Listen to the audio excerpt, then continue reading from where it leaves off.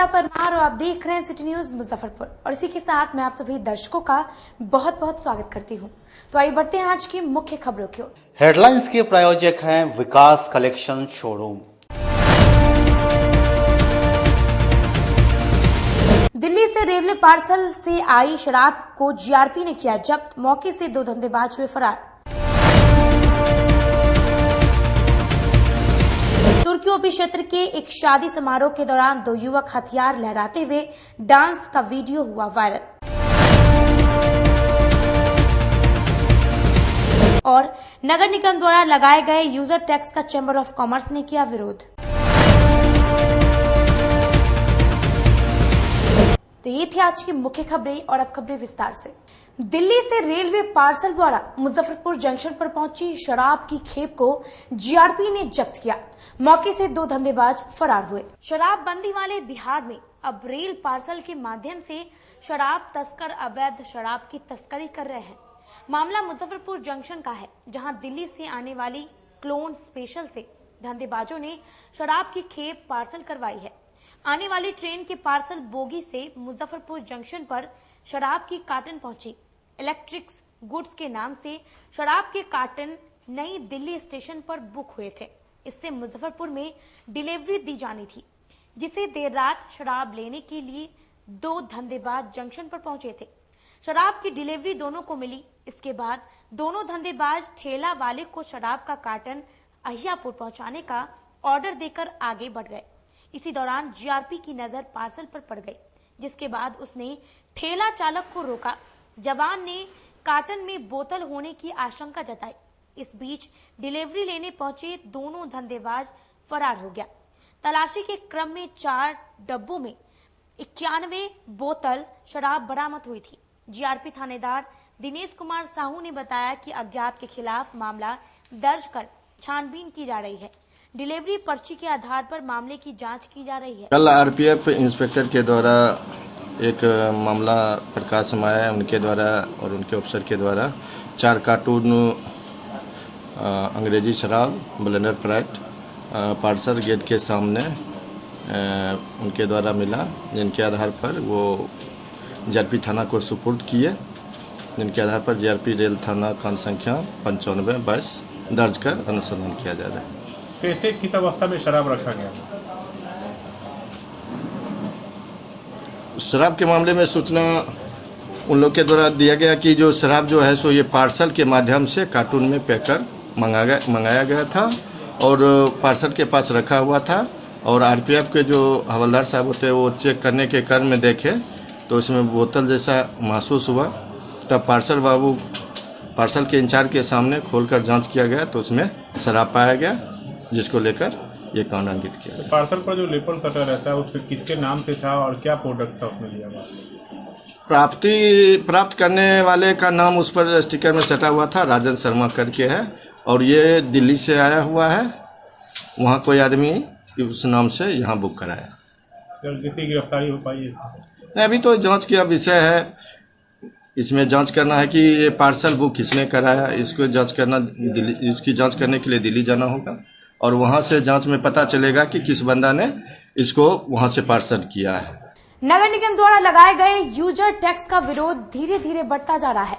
राजनीतिक पार्टी के अलावे चैम्बर ऑफ कॉमर्स ने भी इसका विरोध किया। नगर निगम द्वारा जारी यूजर टैक्स का विरोध बढ़ता जा रहा है। आज मुजफ्फरपुर शहर के व्यापारियों ने भी इसका विरोध किया और यूजर टैक्स के विरोध में चैम्बर ऑफ कॉमर्स में व्यापारियों की एक बैठक हुई, जिसमें निर्णय लिया गया कि किसी भी कीमत में यूजर टैक्स स्वीकार नहीं किया जाएगा।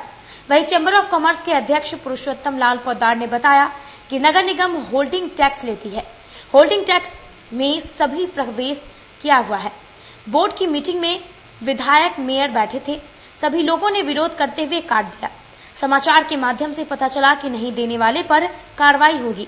2000 रुपया ट्रेड लाइसेंस फैक्ट्री वाले से पान वाले तक लेना कहां तक उचित है? उन्होंने कहा कि चैम्बर ऑफ कॉमर्स को बुलाया चाहिए। प्रधानमंत्री जी ने 12 बजे रात में डंके की चोट कहा था, 1 नेशन 1 टैक्स।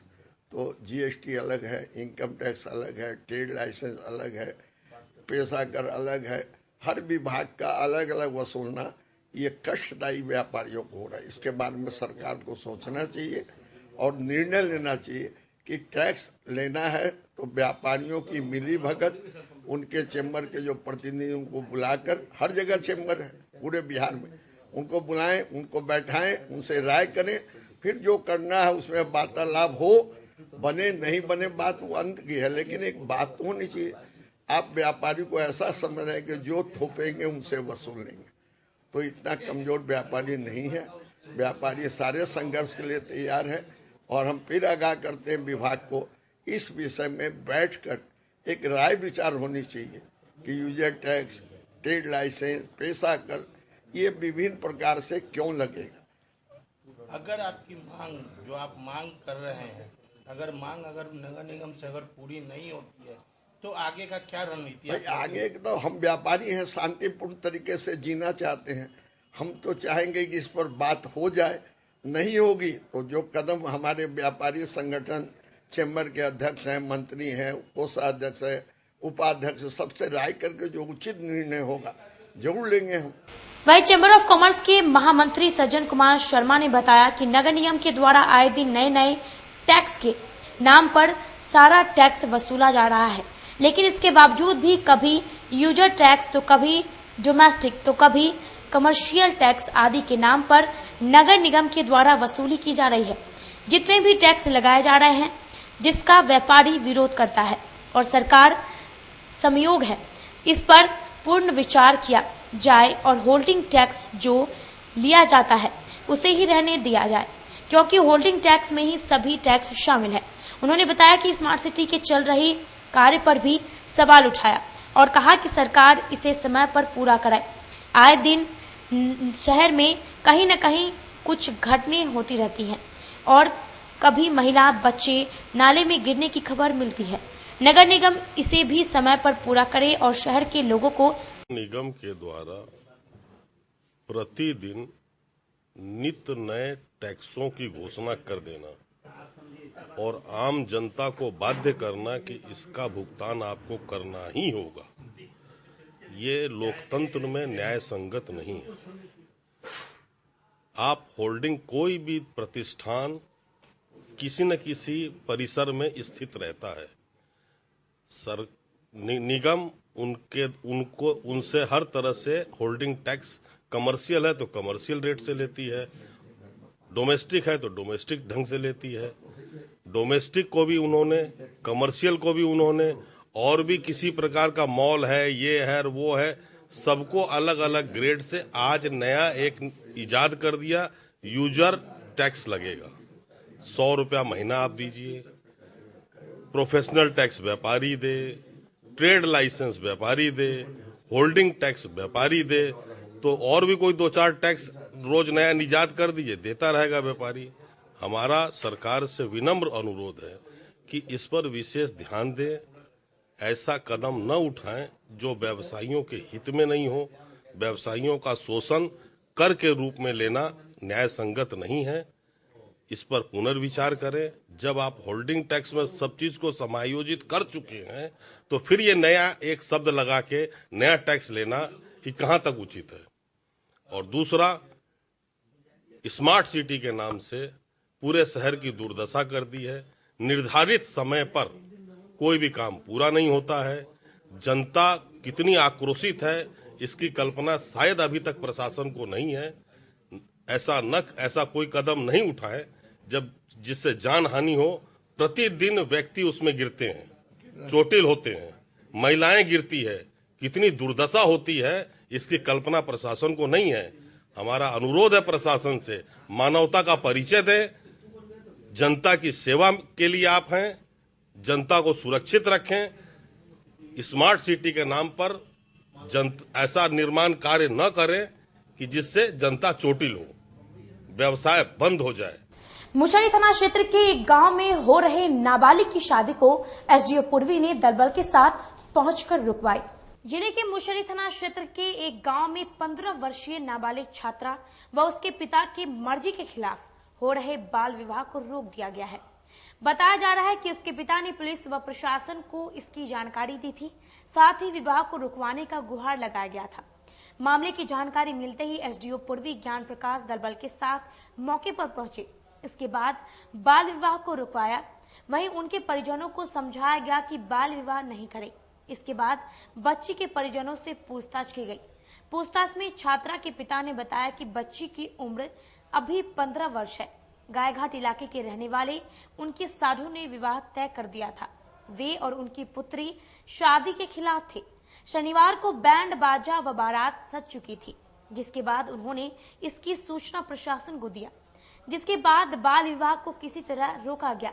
मामले में एसडीओ पूर्वी ज्ञान प्रकाश ने बताया कि बैंड बाजा बारात निकल चुका है। लड़की के पिता ने जानकारी दिया, वे शादी नहीं करना चाह रहे थे। उनके साधु ने शादी तय कर दी थी। सूचना पर मौके पर पहुंचा गया, बाल विवाह को रोका गया। उन्होंने कहा कि 3 मई को अक्षय तृतीया है, इस दौरान कोई भी बाल विवाह नहीं होगा। इसके लिए प्रशासन तैयार है। ये भी मुसहरी थाना अंतर्गत जो है कि प्रियंका कुमारी थी, ठीक है, उसका बैंड बाजा बाराती सब निकला हुआ था। जैसे ही हम लोग को पता चला, लड़की के माता पिता सब थाना के द्वारा हम लोग बुलवाए हैं और थाना में हम लोग बॉन्ड भरवा लिए हैं और जो बाल विवाह से जितनी भी हानि होती है सब के बारे में उन लोग को बताया गया है। तो ऑलरेडी उसमें बहुत अच्छा है कि लड़की का जो पिता है वही इन्फॉर्मेंट था और बोला कि मेरा जो साधु है कि उसी के चलते ज़बरदस्ती हम लोग विवाह कर रहे हैं, हम नहीं भी चाह रहे थे, इन्फॉर्मेशन वही दिया। तो जो उसका साधु है वो गायघाट का है, लोकेशन हम लोग भी उस पर FIR दर्ज करने की कार्रवाई की जा रही है और बाकी का हम लोग 107 का बॉन्ड भरवा लिए हैं। और नहीं तो अभी 6 महीना में देखिए ना 12 बाल विवाह हम लोग रुके हैं। 6 महीना के अंदर लगातार हम लोग प्रचार प्रसार कर रहे हैं और अक्षय तृतीया 3 तारीख को है, तो उस पर पूरा प्रशासन हम लोग का विशेष रूप से अलर्ट है। सभी प्रखंड विकास पदाधिकारी, CO, थाना अध्यक्ष कि कोई भी बाल विवाह नहीं हो गया। इसमें आप मीडिया लोग का भी हम लोग को हेल्प चाहिए। सभी नागरिकों से भी यही अपील है कि जो सरकार का समाज सुधार अभियान है और बाल विवाह और दहेज को रोकना है। 18 साल बाद कोर्ट ने माना कि मृतक कुंदन शाह के भाई और साली ने ही उसकी हत्या की है। ADJ 19 ने दोनों आरोपियों को दोषी करार ठहराया। देवरिया थाना क्षेत्र के विशुनपुर सरैया गांव में हुए कुंदन शाह हत्या मामले के 18 साल बाद 2 आरोपियों को दोषी ठहराया गया। ADJ 19 राजीव रंजन सिंह ने मृतक कुंदन शाह के भाई शिवनाथ शाह और उनके साले वीरेंद्र शाह को दोषी ठहराया। दोनों दोषी आरोपियों को 6 मई को सजा सुनाया जाएगा। अपर लोक अभियोजक कृष्णदेव शाह ने मामले की जानकारी देते हुए बताया कि मृतक कुंदन शाह को उसके भाई शिवनाथ शाह से जमीनी विवाद चल रहा था। इसी क्रम में 25 अगस्त 2004 को शिवनाथ शाह अपने साले वीरेंद्र शाह के साथ मिलकर एक साजिश किया और साजिश के तहत मृतक कुंदन शाह को देवरिया में मेला लाया गया। उस मेले में बुलाकर ले गए। रात में सभी लोग मेले में नाच देखने लगे। बाद में कोई घर नहीं गया। कल होकर खोजने पर पता चला कि देवरिया स्थित एक नदी में कुंदन का शव तैरता हुआ मिला। इस संबंध में मृतक की पत्नी पूनम देवी के द्वारा 2 लोगों पर नामजद FIR कराया गया था, जिसमें देवर शिवनाथ शाह और उनके साले वीरेंद्र शाह पर हत्या का आरोप लगाया गया। इसके बाद केस चलता रहा। कोर्ट में ट्रायल के दौरान आज दोनों आरोपियों को 302 और 201 धारा के तहत दोषी पाया गया। सजा की बिंदु पर 6 मई को सुनवाई होगी। डॉक्टर की गवाही और अनुसंधानक की गवाही नहीं हो सकी क्योंकि डॉक्टर मर चुके थे और केस बहुत पुराना होने के कारण अनुसंधानक का पता नहीं चल पाया। लेकिन अनेक माननीय न्यायालय का आदेश है कि अगर अनुसंधानक और डॉक्टर की गवाही नहीं हो पाती है तो प्रोसिक्यूशन का केस इसके लिए कमज़ोर नहीं हो जाए। और आज दोनों को 302 और 201 बहादुरी के अंतर्गत दोषी पाया गया और सजा के बिंदु पर 6/5/2022 को सुनवाई होगी। इस केस का संचालन अभियोजन की ओर से मैं कृष्णदेव शाह अपर लोक अभियोजक ने किया और इस केस का फैसला विद्वान न्यायाधीश 19 श्री राजीव रंजन सिंह ने किया। RTS कॉलेज परिसर में चल रहे निर्माण कार्य का छात्रों ने कड़ा विरोध करते हुए आपत्ति जताई। रामदयालु सिंह महाविद्यालय के प्रांगण में शनिवार को तालाब के निकट चल रहे निर्माण कार्य में उपयोग की जा रही ईंट, बालू, सीमेंट में खराब गुणवत्ता को लेकर छात्र नेताओं ने कड़ा विरोध करते हुए निर्माण कार्य को रोक दिया। छात्र संघ प्रतिनिधि अभिनव राज ने बताया कि इस महाविद्यालय में अभी विगत कुछ महीनों में जितना भी कार्य हुआ है और अभी जो चल रहा है सभी में खराब गुणवत्ता का बालू, ईंट, सीमेंट का प्रयोग किया जा रहा है, जो कहीं न कहीं बड़े पैमाने पर भ्रष्टाचार को प्रदर्शित करती है। अभी कुछ महीने पहले ही विद्यालय परिसर के पीछे वाले सड़क निर्माण में खराब गुणवत्ता की सामग्री लगाने के कारण सड़क के किनारे किनारे दरार फटने लगा है। पूर्व में हम लोग महाविद्यालय प्रशासन से बात भी किए थे कि महाविद्यालय में गुणवत्तापूर्ण निर्माण कार्य होना चाहिए, लेकिन उन लोगों ने बजट का हवाला देते हुए गोल मटोल जवाब दिया गया, जिसके बाद निर्माण कार्य को सभी छात्रों ने मिलकर बंद करवा दिया। कर रहे रामदयालु सिंह महाविद्यालय में कुछ विकास कार्य चल रहा था और उसमें जो है बहुत धांधली चल रही है। उसका जो बजट है हमको नहीं लगता है कितना कम का होगा, जिसमें उजरा बालू यूज करना पड़े, गंडक वाला, डुप्लीकेट ईंटा इसका इस्तेमाल हो रहा है, डुप्लीकेट सीमेंट का इस्तेमाल हो रहा है। हमको नहीं लगता है कितना कम बजट होगा जिसके कारण इन लोगों को ऐसी चीज़ें का जो है इस्तेमाल करना पड़ रहा है। और जहाँ तक बात है, ये बहुत प्रतिष्ठित महाविद्यालय है, पूरे बिहार में इसका एक अपना एक प्रतिष्ठा है और यहाँ इस तरीके का काम चल रहा है, ये कहीं से सही नहीं है, जायज़ नहीं है। हम लोग इस चीज़ का विरोध कर रहे हैं।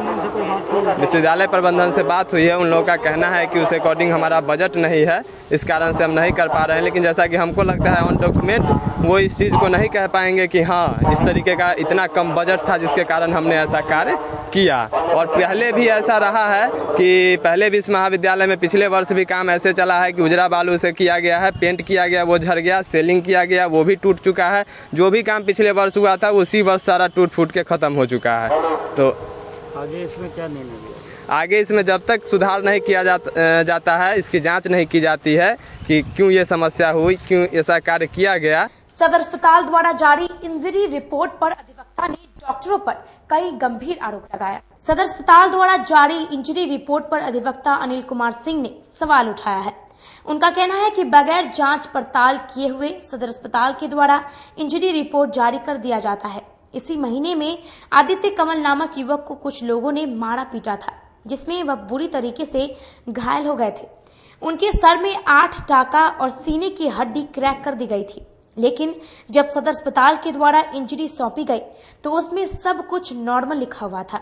वहीं कुछ दिन पहले काजी मोहम्मदपुर थाने के रजिया सुल्तान नामक व्यक्ति की इंजरी रिपोर्ट जारी की गई थी, जिसमें ग्रेडियस लगाया गया था, जबकि उनके सिर्फ सीने में दर्द थी। लेकिन आदित्य कमल जिनका सर फटा हुआ था और सीने की हड्डी क्रैक हुई थी, उनका जब इंजरी बनाया गया तो नॉर्मल कर दिया गया। यह कहीं न कहीं प्रायोजित तरीके से बनाया गया है। इसी मामले को लेकर अधिवक्ता अनिल कुमार सिंह और पीड़ित आदित्य कमल ने प्रभारी सीएस से मुलाकात की और उनसे मांग किया कि मेडिकल टीम का गठन कर इंजरी का फिर से विचार किया जाए। तारीख को रात्रि 12 बजे हम आए थे सदर अस्पताल, अप्रैल महीने में। क्या और हुआ था, क्या आना पड़ा था? जी 3 तारीख को रात्रि के 10:30-11 के बीच में हमारे पड़ोसी के द्वारा हमें मारा गया था और हमारे ऊपर गोली फायरिंग कर दी गई थी, जिससे गोली से तो हम बच गए, लेकिन हमारे सर को फोड़ दिया गया था और बुरी तरह से मारा गया था। जिसमें हम 3 तारीख को रात्रि 12 बजे के यहाँ पर 12 बजे के आसपास एडमिट हुए थे। हमारे सर पर टाका लगा था और हम एडमिट थे। 16 दिन रहने के बाद हमारा इलाज करके यहाँ से धानन फानन में डॉक्टर ने मुझे ज़बरदस्ती मेरा नाम काट के हटा दिया गया है कि जल्दी से इसको प्रेशर बना के हटाया गया, जबकि अभी मेरा इलाज पूर्णतः ख़त्म भी नहीं हुआ था। सदर से मिलने के लिए, लेकिन उनके चार्ज में ACMO हैं, उनसे मेरी मुलाकात हुई। डॉक्टर को second God on the earth कहा जाता है, भगवान कहा जाता है। लेकिन आज का जो मामला हम देखे हैं, बहुत आश्चर्य की बात है। एक मामला है काजी मोहम्मदपुर थाने का, जो कांड संख्या है 175-21। उसमें जख्मी है रजिया सुल्तान, जिनके सीने में केवल पेन है, दर्द है, लेकिन इंजरी जो सदर अस्पताल के द्वारा जारी किया गया है वह ग्रीवियस इंजरी जारी किया गया है, केवल दर्द के कारण। दूसरा हमारे पास है सदर थाना कांड संख्या 177-22, जिसके सूचक आदित्य कमल हैं। उनके चेस्ट में हेयर क्रैक है, उसके बावजूद उनका जो सिंपल इंजरी दिया गया है, उसके बावजूद उनके सर पर भी 8 टाका है, चेस्ट में हेयर क्रैक है। लेकिन यहाँ डॉक्टर मिलीभगत से, पार्टी के मिलीभगत से सिंपल इंजरी जारी कर दिया गया है।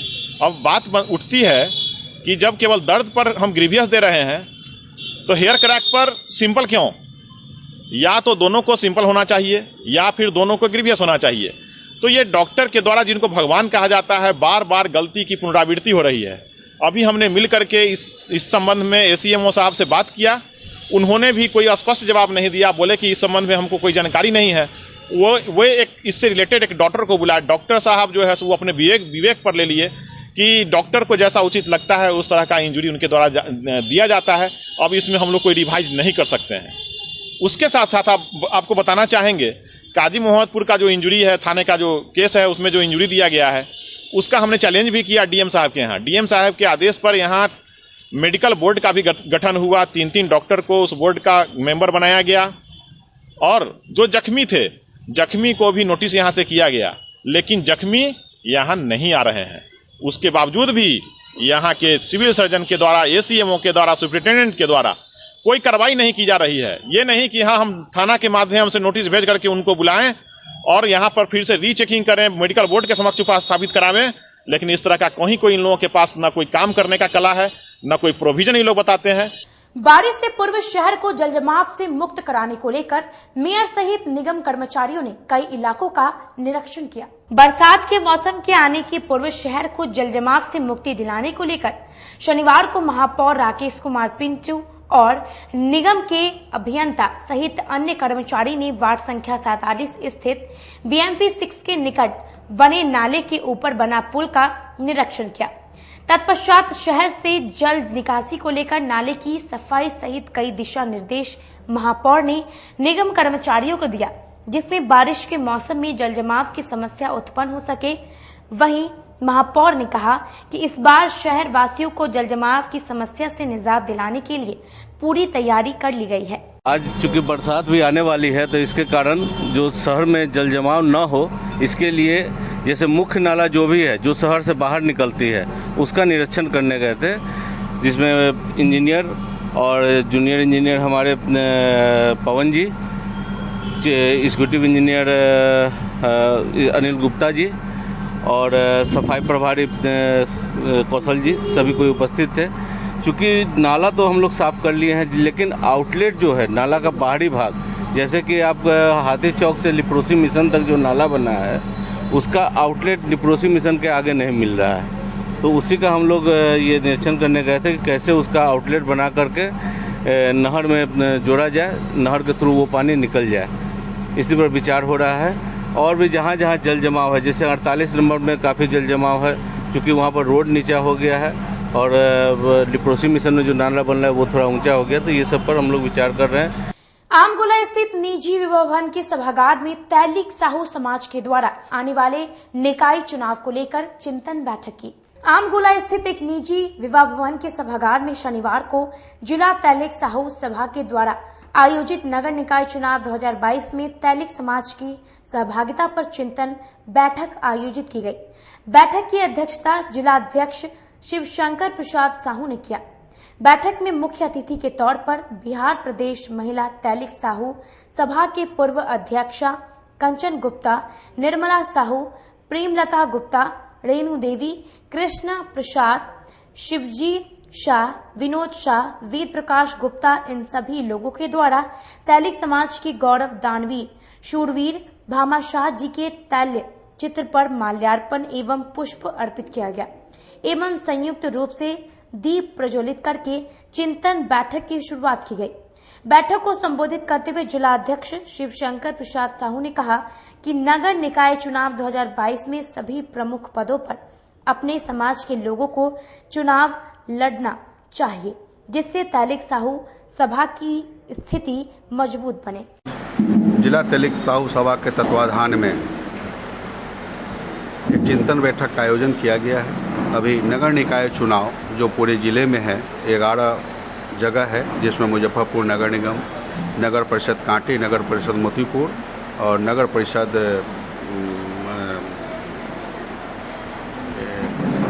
3 नगर परिषद है और बाकी सब नगर समिति है। इन सभी जगह पे अभी नगर में चुनाव होने हैं, अध्यक्ष, उपाध्यक्ष और साथ में वार्ड पार्षदों का। ये मुजफ्फरपुर नगर निकाय का भी चुनाव है। इसमें हम लोग चिंतन बैठक कर रहे हैं कि हमारी सहभागिता कैसी हो और हमारी उम्मीदवार जितना उम्मीदवारी हो वो हम 100% कैसे जीत के आएँ, इसके ऊपर हमारा विचार मंथन चल रहा है समाज का। बहुत वृद्ध लोग आए हैं, सभी जिले से लोग आए हुए हैं और अपना अपना विचार रख रहे हैं और इसको समाज को कैसे आगे बढ़ाया जाए और कैसे इसको रास्ता और दिशा और दशा दी जाए। निर्णय हम लोग का समाज के प्रति कोई नहीं, चिंतन बैठक चल रहा है। निर्णय तो फिर समाज प्रत्याशी जो अपने आप में सक्षम भी हो और अपना जब यहाँ का निर्णय यहाँ जिला में जगह जगह अलग अलग अभी ये नगर निकाय चुनाव का जो है उसमें बहुत तरह का अभी आरक्षित अनारक्षित और बहुत तरह की बातें अभी आ रही हैं। अभी सारा जो सरकार के तरफ से या चुनाव आयोग की तरफ से जो निर्णय आएगा उसके आलोक में हम लोग उसके बाद उससे फिर बैठक करके निर्णय लेंगे। बैठक में आपके वर्तमान आयोग भी हैं और भावी प्रत्याशी भी हैं। हाँ, हमारे समाज अभी इस बात को नहीं बताया जा सकता समाज किसकी ओर। समाज में हमारे और भी लोग अभी अपने आप को दावा दे रहे हैं। यहाँ रुकते ही छोटे से ब्रेक के लिए बने रहिए हमारे साथ। देखते रहिए सिटी न्यूज मुजफ्फरपुर। कहते हैं कि मंजिल उन्हीं को मिलती है जिनके सपनों में जान होती है। पंखों से कुछ नहीं होता, हौसलों से उड़ान होती है। तो अगर आप में भी है जज्बा कुछ कर दिखाने का, अगर आपके अंदर भी है एक जीनियस, अगर आप भी छूना चाहते हैं आसमान की ऊंचाइयों को, क्रैक करना चाहते हैं IIT JEE, AIIMS, NEET, NTSC, KVPY या फिर ओलंपियाड, तो आपके हौसलों को उड़ान देने के लिए है जीनियस क्लासेस। जी हाँ, सही सुना आपने, genius classes for IIT JEE, AIIMS, NEET, NTSC, KVPY, Olympiad for 8th, 9th, 10th, 11th, 12th and target. अपने बेहतरीन सक्सेस रिकॉर्ड के साथ सफलता की नई ऊंचाइयां गढ़ रहा है जीनियस क्लासेस। तो my dear students, 8th, 9th, 10th, 11th, 12th and target के लिए नए बैचेस शुरू होने वाले हैं जीनियस क्लासेस में, जहां है separate hostel for boys and girls. जल्दी से पता नोट करें, genius classes, study centre, Pankaj market, Saraiyaganj, Muzaffarpur. अधिक जानकारी के लिए कॉल करें 7635091378 या फिर 7635091387 या फिर आप कॉल कर सकते हैं 7635091396 या 9006911690 पर या फिर 9128482268। Genius Classes. For more information, visit our website www.geniusclasses.in or email us on info@geniusclasses.in. Registrations are open and new batches are starting soon. Rush to Genius Classes, Study Center, Pankaj Market, Saraiyaganj, Muzaffarpur. अपने सपनों की आशिया को दे एक नई पहचान माँ Bhavani decor private limited के साथ, जो है ऑथराइज्ड डिस्ट्रीब्यूटर ऑफ कचारिया।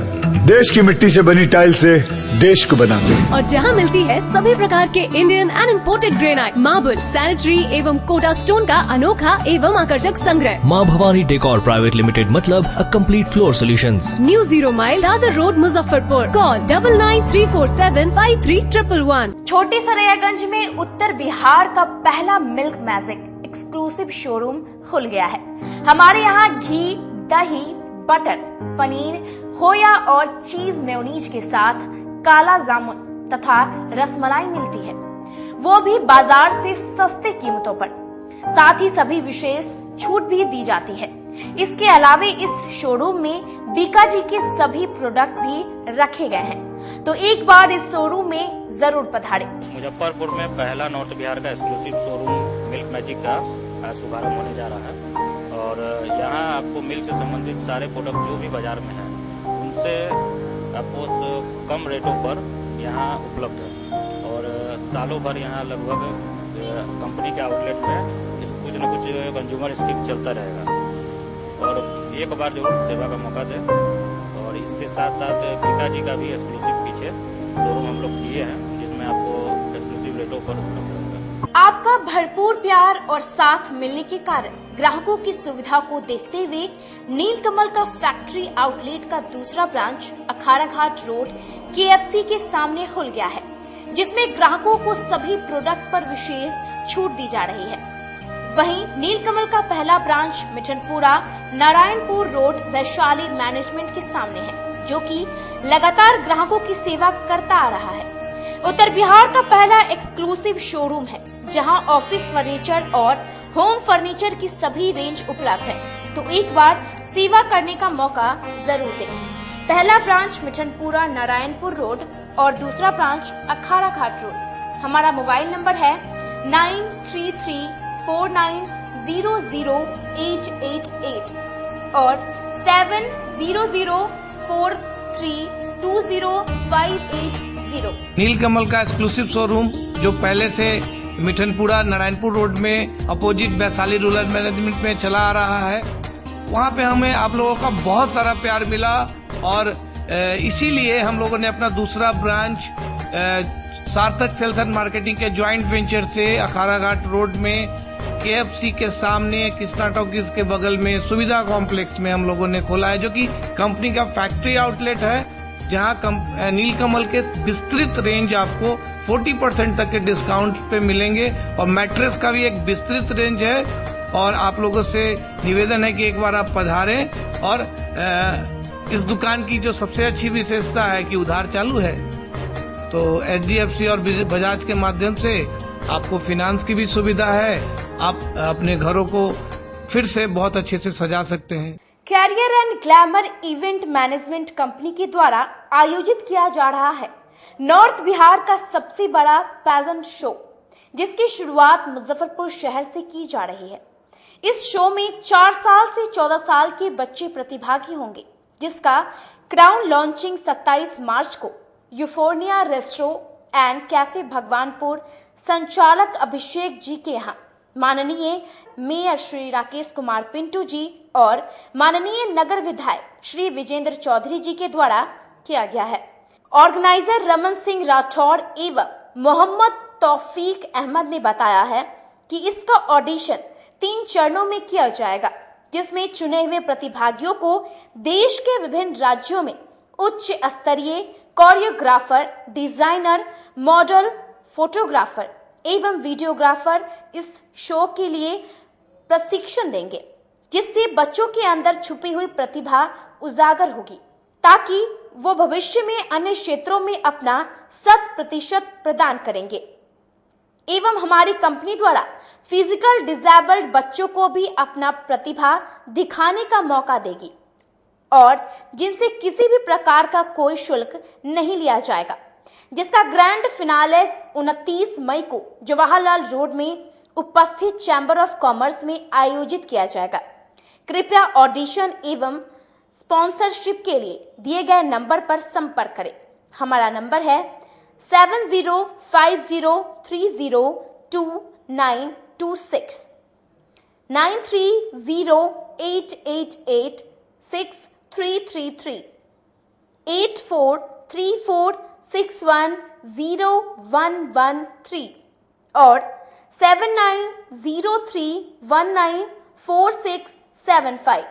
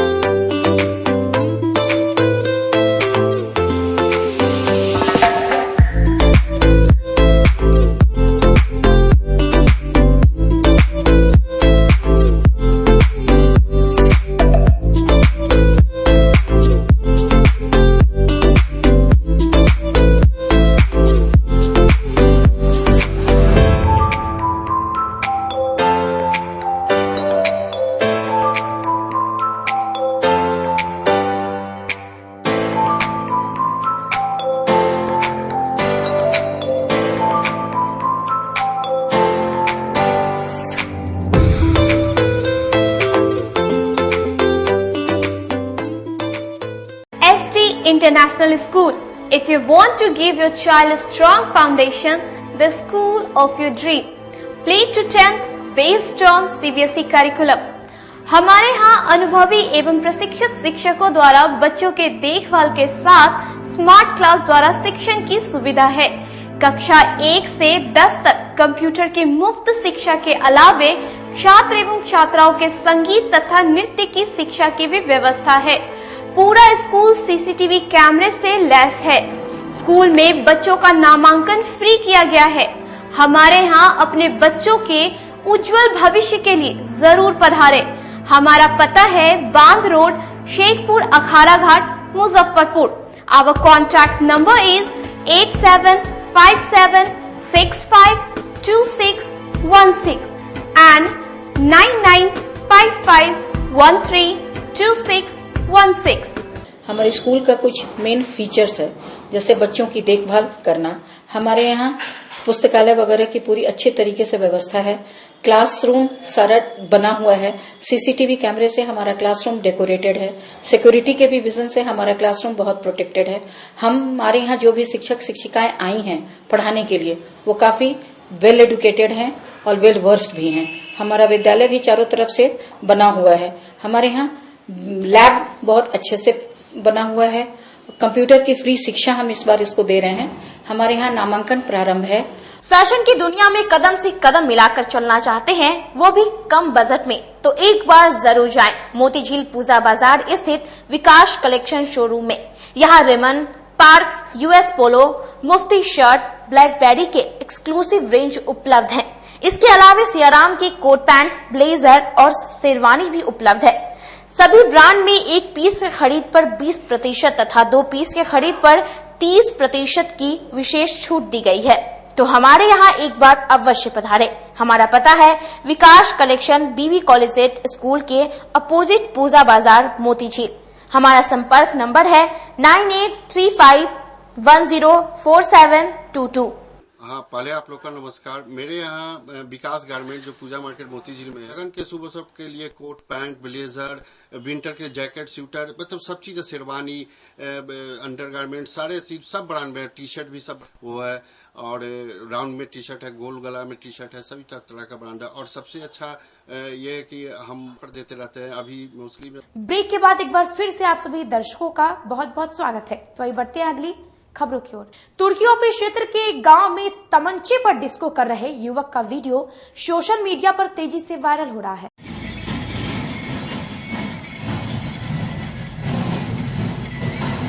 जिले में डीजे की धुन में तमंचे पर डिस्को करते हुए कुछ युवकों का वीडियो तेजी से सोशल मीडिया पर वायरल होने लगा है। यह चर्चा का विषय बना हुआ है। यह वायरल वीडियो तुर्की इलाके का बताया जा रहा है।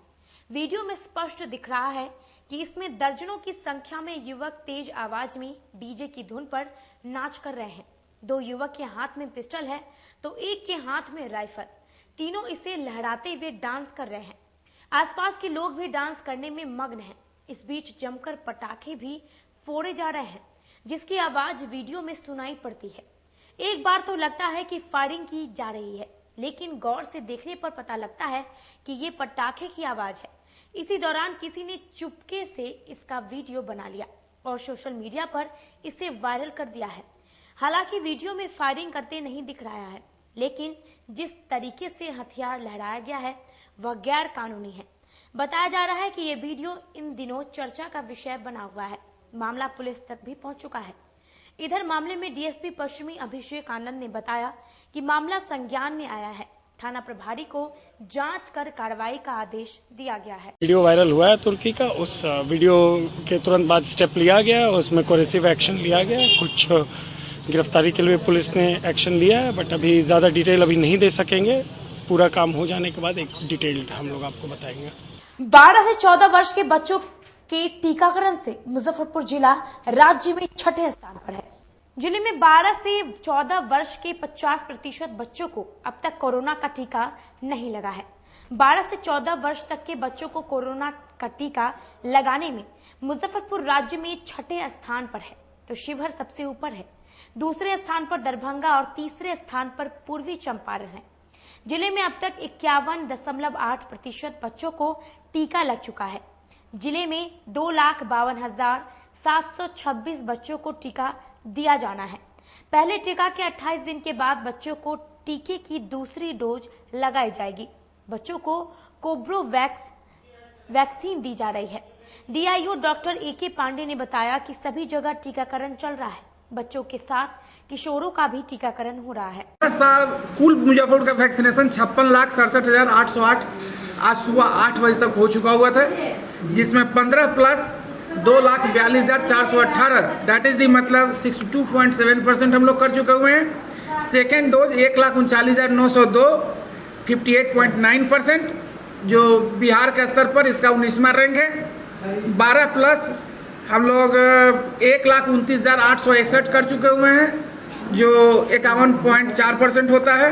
सेकेंड डोज हम लोग 23,717 24.8, जो बिहार का स्तर पर 7वां पोजीशन है। और 18 से 59 के जो बेनिफिशरी हैं वो करीब करीब 70,400 हैं। यह मतलब विदिन ए वीक शुरू हुआ है। इसमें हम लोग 5,219 लोगों का वैक्सीनेशन कर चुके हुए हैं।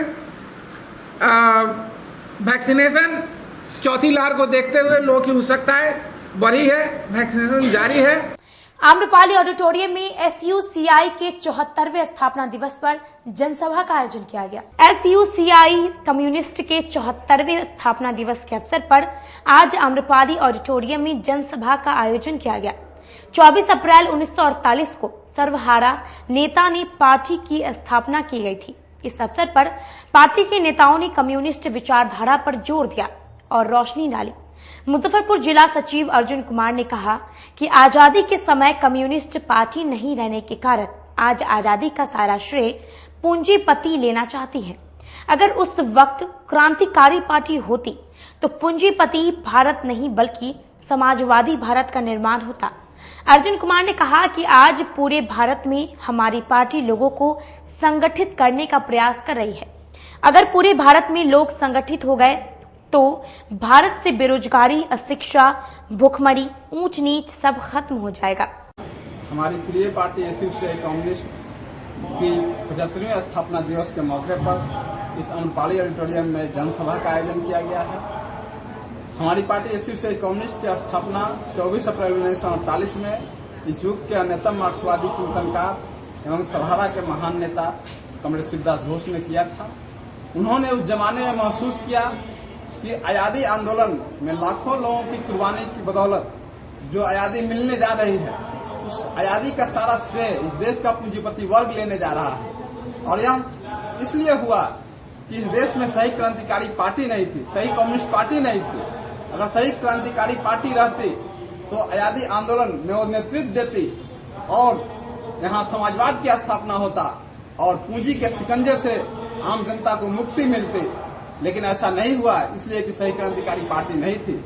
इसलिए उन्होंने 1948 में अपने चंद साथियों को लेकर सही क्रांतिकारी पार्टी की स्थापना किया SUCI के रूप में। और उस समय से ही संघर्ष चल रहा है और हमारी पार्टी पूरे देश भर में प्रयास कर रही है कि लोगों को संगठित करके पूंजीवाद विरोधी समाजवादी क्रांति को सफल बनाना, ताकि लोगों को शोषण से मुक्ति मिल सके, सभी को शिक्षा मिल सके, रोजगार मिल सके, कोई किसी पर अन्याय नहीं करे, ऐसा समाज बने, इसका प्रयास कर रही है।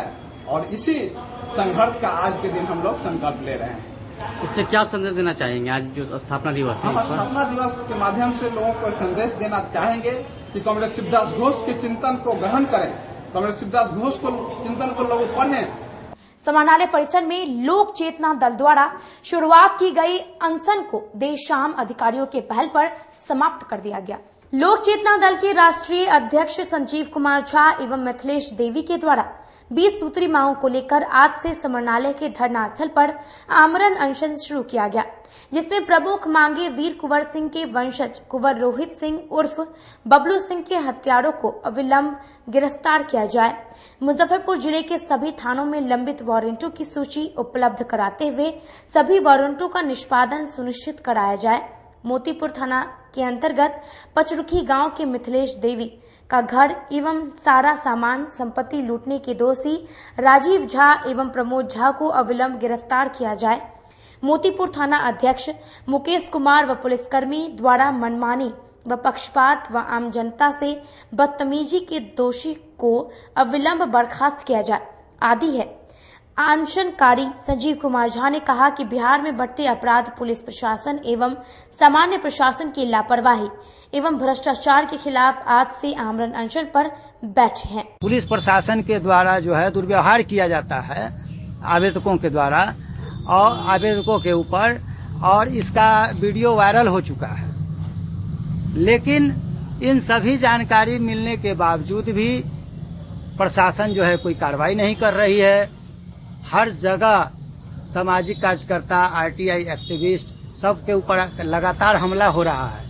उसके विरुद्ध जो है आवेदन दिया जाता है प्रशासन को, लेकिन उसमें भी कोई कार्रवाई नहीं हो रही है। वहीं अनुमंडल पदाधिकारी पूर्वी एवं डीएसपी पश्चिमी के आश्वासन पर सभी मांगों पर समुचित कार्रवाई करने के आदेश पर आमरण अनशन को समाप्त कर दिया गया।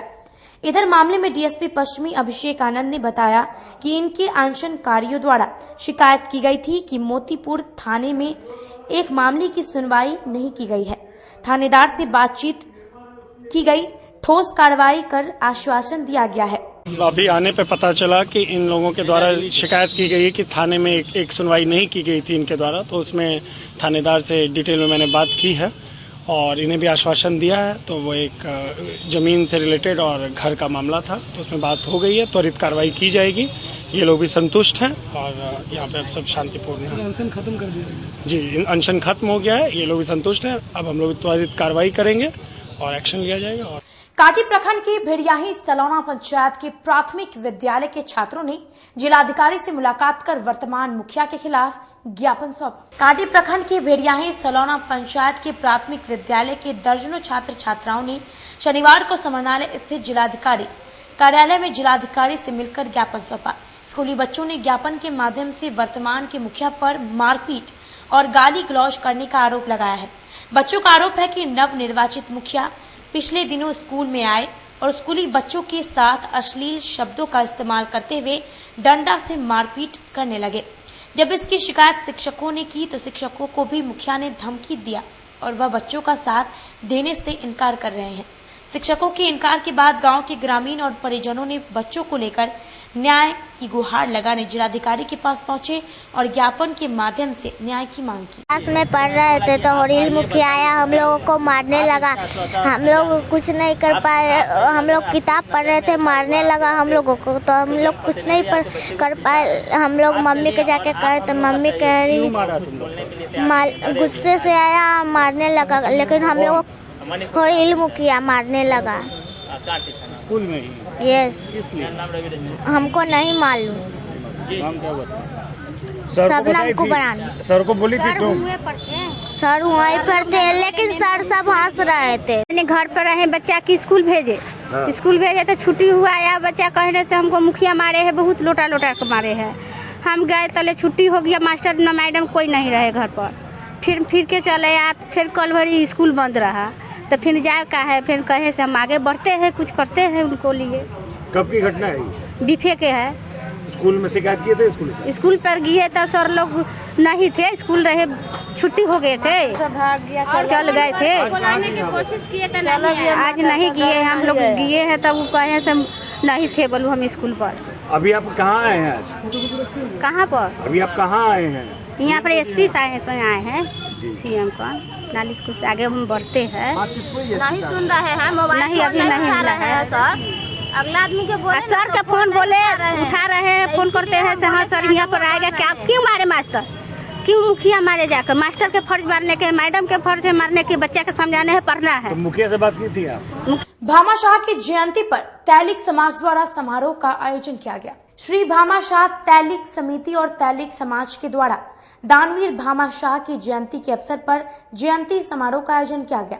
इस दौरान संस्था के अध्यक्ष रामचंद्र शाह के अध्यक्षता में उपस्थित लोगों ने भामा शाह के व्यक्तित्व पर चर्चा पर विस्तार से प्रकाश डाला तथा उनके चित्र पर फूल माला चढ़ाकर श्रद्धांजलि सुमन अर्पित किया। अमर कुमार ने कहा कि हम सभी को भामा शाह के पद पर चलकर अपने समाज की सेवा करनी चाहिए। भामा शाह तैलिक समिति तैलिक समाज भवन छोटी कल्याणी के प्रांगण पर दानवीर, सूरवीर, राष्ट्रभक्त श्री भामा शाह जयंती समारोह का आयोजन किया गया। इस अवसर पर भामा शाह के तस्वीर पर सर्वप्रथम माल्यार्पण कर सभी उपस्थित अतिथियों के द्वारा उन पर पुष्पांजलि किया गया। इस अवसर पर भामा शाह के जीवन के बारे में, भामा शाह के व्यक्तित्व के बारे में चर्चा की गई। इस अवसर पर अध्यक्ष रामचंद्र प्रसाद और बच्चा बाबू ने सभी का स्वागत किया और उन्होंने भामा शाह के बारे में जो बातें बताई कि उनके 2 बेटा का बलिदान हो जाने के बाद भी उन्होंने अपने सारी संपत्ति को न्यौछावर कर देश को लिया, राज्य के लिए उन्होंने अपने पूरे संपत्ति को कुर्बान किया और खुद युद्ध में जाकर उन्होंने लड़ने का काम किया और उन्होंने महाराणा प्रताप को विजय दिलवाया। इस अवसर पर जिला तैलिक साहू सभा के अध्यक्ष तथा तैलिक समिति के आजीवन सदस्य श्री शंकर प्रसाद साहू ने आश्वासन दिया कि हम लोग सभी तैलिक समाज के घर में एक भामाशाह का तस्वीर लगाने का काम करेंगे। आज के लिए बस इतना ही। कल फिर हाजिर होंगे कुछ नई खबरों के साथ। तब तक के लिए मुझे और मेरी पूरी न्यूज टीम को दीजिए इजाजत। नमस्कार।